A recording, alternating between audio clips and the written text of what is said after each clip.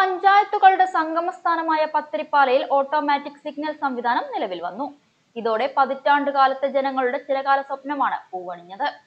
10 വർഷത്തിനിടെ പത്തിരിപ്പാല ടൗൺ പുരോഗമിച്ചതോടെ ഗതാഗതവും ഇരട്ടിയായി മാറി. സ്കൂൾ വിടുമ്പോഴുണ്ടാകുന്ന തിക്കും തിരക്കും പത്തിരിപ്പാല ടൗണിൽ ഗതാഗതക്കുരുക്കുണ്ടാക്കാറുണ്ട്.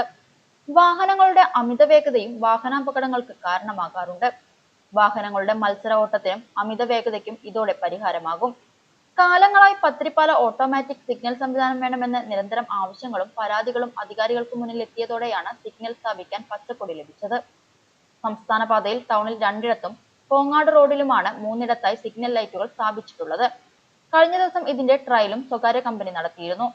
ഒരു സ്വകാര്യ കമ്പനിക്കാണ് എല്ലാവിധ ചുമതലകളും. മുൻ മണ്ണൂർ പഞ്ചായത്ത് ഭരണസമിതിയും സിഗ്നൽ സംവിധാനം വേണമെന്ന ആവശ്യം ഉന്നയിച്ച് ബന്ധപ്പെട്ടവർക്ക് നിവേദനം നൽകിയിരുന്നു. ഒരാഴ്ചക്കകം അഡ്വക്കേറ്റ് ശാന്തകുമാരി MLA ഉദ്ഘാടനം ചെയ്യുമെന്ന് മണ്ണൂർ ഗ്രാമപഞ്ചായത്ത് പ്രസിഡന്റ് TR ശശി പറഞ്ഞു. പഞ്ചായത്തിലെ പത്തിരിപ്പാല പ്രദേശത്ത് നമ്മുടെ വാർഡ് ഉൾപ്പെടുന്ന പ്രദേശമാണ് പത്തിരിപ്പാല പഞ്ചായത്ത്. ആ പ്രദേശത്ത് നിരന്തരമായി കോങ്ങാട് പത്തിരിപ്പാല റോഡെന്നും ഷൊർണൂർ പാലക്കാട് റോഡിലേക്ക് കയറുന്ന സമയത്ത് ഒരു ട്രാഫിക്കിൻ്റെ നിയന്ത്രണത്തിന് പ്രശ്നമാണ്. അതിൻ്റെ ഭാഗമായിട്ട് ടൂ വീലർ വലിയ പല സന്ദർഭങ്ങളിലും അപകടങ്ങൾ സംഭവിക്കാറുണ്ട്. ആ അപകടങ്ങൾ സംഭവിക്കുന്നതിൻ്റെ ഭാഗമായിട്ട് അവിടെ ഒരു സിഗ്നൽ സ്ഥാപിക്കണമെന്നുള്ള ഒരു തീരുമാനം ഉണ്ടായിരുന്നു.